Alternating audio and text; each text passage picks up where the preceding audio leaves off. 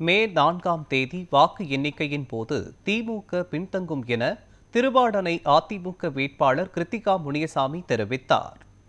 ராமநாதபுரம் மாவட்டம் திருவாடானை சட்டமன்ற தொகுதியில் கிருத்திகா முனியசாமியும், முதுகுளத்தூர் சட்டமன்ற தொகுதியில் மலேசியா பாண்டியனும், பரமக்குடி சட்டமன்ற தொகுதியில் டாக்டர் முத்தையாவும் போட்டியிடுகின்றனர்.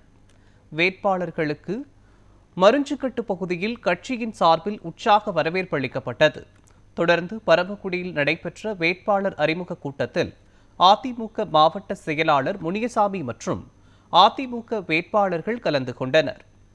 கடந்த தேர்தலின் போது எந்த காரணத்தினால் தோல்வியுற்றோம், தோல்விக்கான காரணம், கட்சியினர் வேலைப்பாடு உள்ளிட்டவை குறித்து ஆலோசிக்கப்பட்டது. தொடர்ந்து செய்தியாளர்களை சந்தித்த கிருத்திகா முனியசாமி, கடந்த தேர்தலின் போது குறைந்த வாக்கு வித்தியாசத்தில் தான் பல தொகுதிகளில் தோல்வி ஏற்பட்டது என தெரிவித்தார். திமுக சார்பில் கொடுக்கப்பட்ட 565 வாக்குறுதிகளில் 100 முதல் 150 வரையிலான வாக்குறுதிகளை மட்டுமே நிறைவேற்றியுள்ளனர் என கூறினார். போன முறை ஏன் வெற்றி வாய்ப்பு நழுவ விட்டோம் அப்படின்னா, எங்களுக்குள்ளேயே சில பிளவுகள் இருந்தது. அதை எங்களுடைய கழக பொதுச் செயலாளர் அண்ணன் அவர்கள் அதை சரி செய்திருக்கின்றார்கள். போன தடவை ஒரு கம்மியான வாக்கு வித்தியாசத்தில் தான் பல தொகுதிகளில் நாங்கள் வெற்றி வாய்ப்பை இழந்தோம். இந்த முறை அந்த குறையை அண்ணன் அவர்கள் நிவர்த்தி செய்திருக்கின்றார்கள். அண்ணன் டிடி அவர்கள் எங்களுடன் இருக்கின்றார்கள். இந்த தடவை வெற்றி என்பது எங்களுக்கு மிக பெரியதாக இருக்கும். மிகப்பெரிய வெற்றியை நாங்கள் அடைவோம்.